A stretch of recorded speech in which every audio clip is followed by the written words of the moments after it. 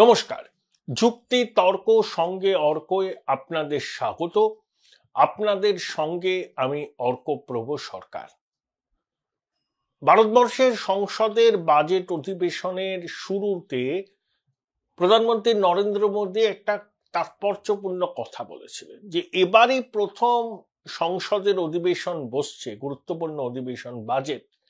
মোদীজি ক্ষমতায় এসেছেন 10 বছর হয়ে গেল, তৃতীয়বারের জন্য প্রধানমন্ত্রী হয়েছেন। আমরা দেখেছি প্রতিবারই বাজেট সেশনের আগে কোনো বিদেশি শক্তি সারারাত করে, তারা চিঙ্গারি দেয় এবং বিদেশি শক্তির চিঙ্গারিতে আন্দোলিত হয় আমাদের দেশের বিরোধী রাজনৈতিক দলগুলো।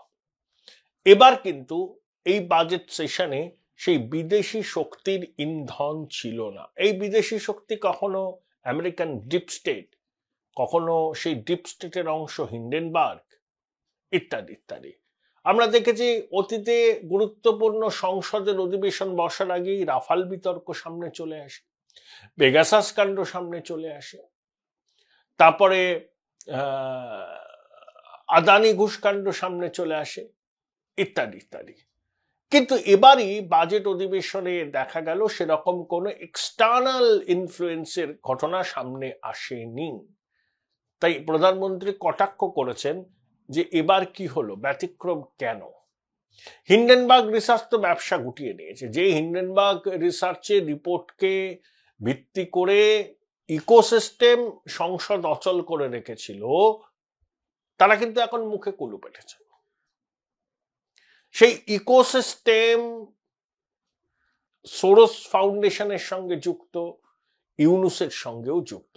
রাহুল গান্ধী ইউনুসের সঙ্গে কি গদগদভাবে সাক্ষাৎকার নিয়েছিলেন, আপনাদের মনে আছে? অর্থাৎ এরা সবাই এই ইকোসিস্টেমের সঙ্গে যুক্ত। শুধু ইউনুস সেই ইকোসিস্টেমের ডাইরেক্ট প্রোডাক্ট। এই রাজাকারের বাচ্চা কি করেছে জানেন?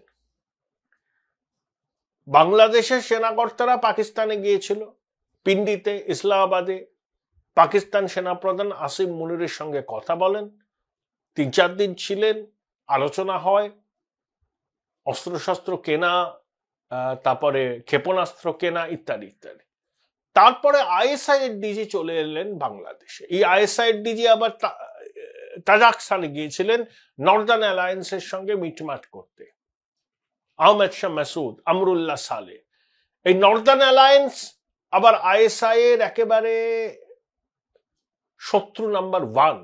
আমরুল্লাহ সালেকে খতম করার জন্য আইএসআই চেষ্টার কসুর করেনি, কিন্তু আফগান তালিবানদের রুখতে এখন নর্দার্ন অ্যালায়েন্সকে দরকার, সেই জন্য আইএসআই এর ডিজি তাজাকস্তানে চলে গেছে। আবার আফগান তালিবান কি অভিযোগ করেছে? ইসলামিক স্টেটের জঙ্গিরা ইসলামাবাদ, করাচি বিমানবন্দরে নামছে এবং তারা খাইবার পাখতুনওয়া এবং বালুচিস্তানে চলে যাচ্ছে এবং এরা আফগানিস্তানে হামলা করার পরিকল্পনা করছে। এটা কোনো ভারতীয় সংবাদ মাধ্যম বলছে না, এটা আফগান তালিবান বিবৃতি দিয়ে বলছে যে পাকিস্তান ইসলামিক স্টেটের জঙ্গিদের তাদের দেশে নিয়ে আসছে আফগানিস্তানে অশান্তি পাকানোর জন্য। যে পাকিস্তানে আইসিসি চ্যাম্পিয়ন্স ট্রফির উদ্বোধনী অনুষ্ঠান হচ্ছে না, ইনফ্রাস্ট্রাকচার রেডি করতে পারেনি। বিকিরি পাকিস্তান যখন পারছে না পরিকাঠামো তৈরি করতে, তখন তারা আইসিসি চ্যাম্পিয়ন্স ট্রফি হোস্ট করার চ্যালেঞ্জ নেয় কি করে? ভারত তো বলে যে খেলবো না, হাইব্রিড মডেলে খেলা হবে। জানি না শেষ পর্যন্ত আর কয়েকটা দিন তো বাকি আছে, আইসিসি চ্যাম্পিয়ন্স ট্রফি শেষ পর্যন্ত পাকিস্তানে অনুষ্ঠিত হবে কিনা। কিন্তু শুধু ইউনুস আর তার জঙ্গি সাথীদের তো ঘুম ভাঙেনি। তাদের পাকিস্তান প্রেম এমন, তারা পাকিস্তানের কোলে উঠে বসেছে। অনেকদিন পরে হারানো ভাইকে খুঁজে পেয়েছে পাকিস্তান। না, পাকিস্তানের বিদেশ মন্ত্রী আসছেন তো, ইশাক দার, তিনি বিবৃতি দিয়েছেন হারানো ভাইয়ের বাড়িতে যাব। তো ইশাক দার আসার আগেই আইএসআই ডিজি চলে এসছেন। খুব গোপন সফর। কোথায় গেছিলেন জানেন? রংপুর। রংপুরটা আবার চিকেন নেকের খুব কাছে, কাছেই লালমনিরহাট, একটা পরিত্যক্ত এয়ার স্ট্রিপ। বাংলাদেশ বলছে সেখানে পাকিস্তান থেকে যুদ্ধ বিমান এনে সেখানে তারা মোতায়েন করবে। সাংবাদিক সুমন চট্টোপাধ্যায় তার বাংলা স্ফিয়ারে একটা ভিডিও দেখিয়েছেন। তাতে দেখা যাচ্ছে যে কক্সবাজারে রোহিঙ্গা শিবিরে জামাতে ইসলামীর সমর্থকরা চড়াও হয়েছেন রোহিঙ্গা যুবাদের জঙ্গি দলে নাম লেখাবার জন্য কার্যত জবরদস্তি করছেন। জসিমউদ্দিন রহমানি আনসার আল্লাহ বাংলার প্রধান, যে ধানমন্ডির অদূরে একটা মসজিদের ইমাম ছিল, যে মুক্তমনা ব্লগারদের হত্যাকাণ্ডে এই লোকটার নাম জড়িয়েছিল, জেলে ছিল, অন্তর্বর্তী সরকার তাকে মুক্তি দিয়ে দিয়েছে, ওই জঙ্গিদের ধর্মপ্রিতা আসিফ নজরুল। খবর আইএসআই এর ডিজির সঙ্গে রংপুরে জসিমউদ্দিন রহমানি গিয়েছিলেন এবং রোহিঙ্গা উদ্বাস্তুদের থেকে রিক্রুটমেন্ট করে জঙ্গি জিহাদি গোষ্ঠীকে শক্তিশালী করার একটা নিখুঁত পরিকল্পনা তারা ছকেছেন। অর্থাৎ আইএসআই এর টার্গেট তো ওই জঙ্গিদের টার্গেট তো চিকেন নেক, যদি চিকেন নেকে হামলা চালিয়ে ভারতের উত্তর পূর্বে একটা অশান্তি তৈরি করা চায়, সেজন্য আইএসআই এর ডিজি বাংলাদেশের সেনাদের যে অংশটা জামাতপন্থী তারা এবং আন্তর্জাতিক জঙ্গি জসিমউদ্দিন রহমানি রংপুরে গিয়েছিলেন কিভাবে চিকেন নেকে এবং তার সংলগ্ন অঞ্চলে সন্ত্রাসবাদী হামলা চালানো যায়। আর ইউনূস সরকার কি বলছে? এ সরকার কি ধর্মনিরপেক্ষতা, গণতন্ত্র, সবার জন্য সাম্য অধিকার সুনিশ্চিত করবে, এই কথাগুলো মুখে বলছে, আসলে কি করছে? বাংলাদেশকে জঙ্গি রাষ্ট্রে পরিণত করার নিখুঁত পরিকল্পনা। যে পাকিস্তান পৃথিবীতে একটা ঘৃণ্য রাষ্ট্র, যে পাকিস্তানের পরিচয় হচ্ছে তার জিডিপির পরিমাপ হয় মৌলবাদ দিয়ে, রপ্তানির পরিমাপ হয় টেরোরিজম দিয়ে, সেই পাকিস্তানের সঙ্গে এত দহরম মহরম কেন? একটাই কারণ, যে ভারত বিরোধী জিহাদ বাংলাদেশের মাটিকে জঙ্গিদের স্বর্গরাজ্য বানানো। এবং ইউনূস সব জানে, এই আন্তর্জাতিক খ্যাতি সম্পন্ন বাটপার কিছু জানেন না তা নয়, সব জানেন এবং তার সমর্থনে এটা হচ্ছে। Join Indian Institute of Hotel Management now. Right choice, right decision. ও বাংলাদেশকে জঙ্গি রাষ্ট্রে পরিণত করেই ছাড়বে। বাংলাদেশ জঙ্গি রাষ্ট্রে পরিণত হবে কিনা সেটা বাংলাদেশের মানুষকে ঠিক করতে হবে, কিন্তু বাংলাদেশের মাটিকে ব্যবহার করে ইউনূসের লোকজন যদি আমাদের দেশে জঙ্গি হামলার পরিকল্পনা করে, মাথা ভেঙে দেব। পাকিস্তান জানে সার্জিক্যাল স্ট্রাইকটা কি জিনিস। ভিকিরি পাকিস্তান ভিকিরি বাংলাদেশের সঙ্গে হাত মিলিয়েছে। কি চমৎকার জিহাদ, 1000 বছর ধরে হিন্দুস্তানের সঙ্গে লড়ব। এবং ইউনূস তো জন্ম থেকে রাজাকার, সুদখোর এবং আন্তর্জাতিক খ্যাতি সম্পন্ন বাটপার। তার কাছ থেকে এর বেশি কিছু এক্সপেক্ট করা যায় না। অর্থনীতিবিদের যে পরিচয়, ওটা আসলে ইউনূসের মুখোশ। এবার মুখটা কিন্তু বেরিয়ে আসছে। ওর যে মস্তিষ্ক ঘৃণা এবং বিদ্বেষে ভরা, ও যে স্বাধীন বাংলাদেশের অস্তিত্ব অন্তর থেকে স্বীকার করে না, প্রতি পদে পদে নিজের কাজ দিয়ে ইউনূস সেটা প্রমাণ করছে।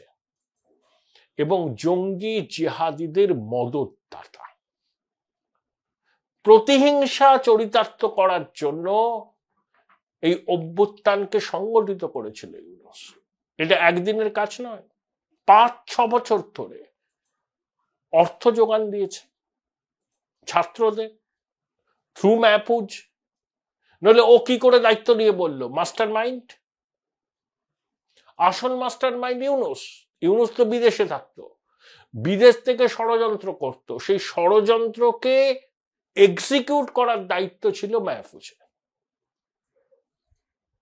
তাহলে ইউনূস কিছুই জানতো না, হসপিটালে শুয়েছিল, ছাত্ররা বলল স্যার আপনাকে দায়িত্ব নিতে হবে, তড়িৎ গতিতে হতবীর্য বৃদ্ধ লাফ দিয়ে উঠে দাঁড়ালেন, চলে এলেন প্যারিস থেকে।